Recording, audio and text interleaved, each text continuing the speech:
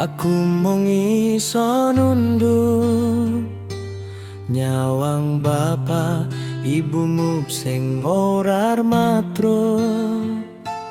Jarene aku iki wong ra duwe, ra pantes nyanding kowe selawase.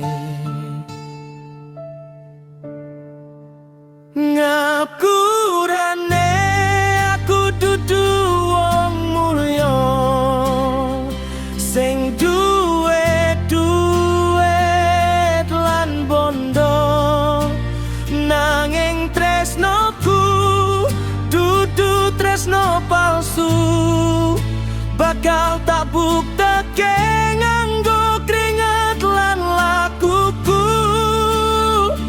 Ya Allah, paringono dalan supaya mlaratku ora dadi alangan. Muga atine wong tuyamu iso padhang. Sabar dhisik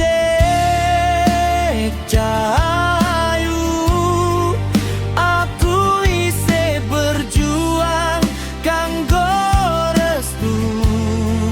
Nadyan dalane ambolan au-au, muga wae Gusti Allah paringi dalan kangge aku.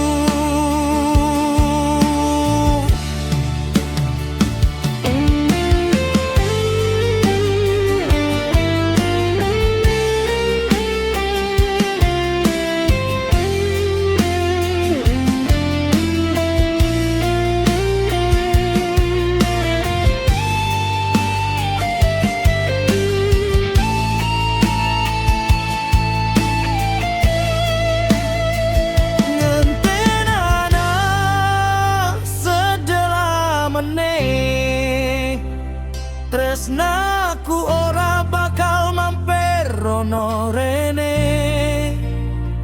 yen pancen kowe jodohku wong tuamu bakal lulu marang niatku.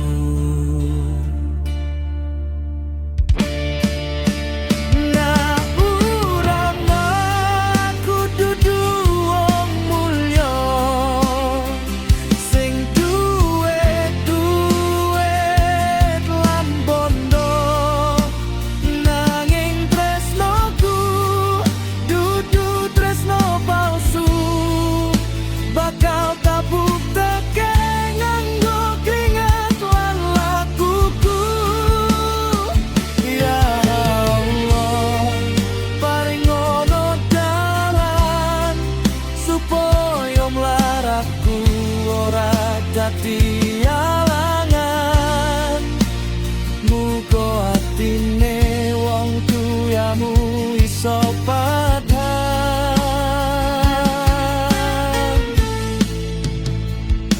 Saben teko aku mung iso nunduk nyawang bapak ibumu sing ora matrut. Jarene aku iki wong ra duwe, ra pantes nyan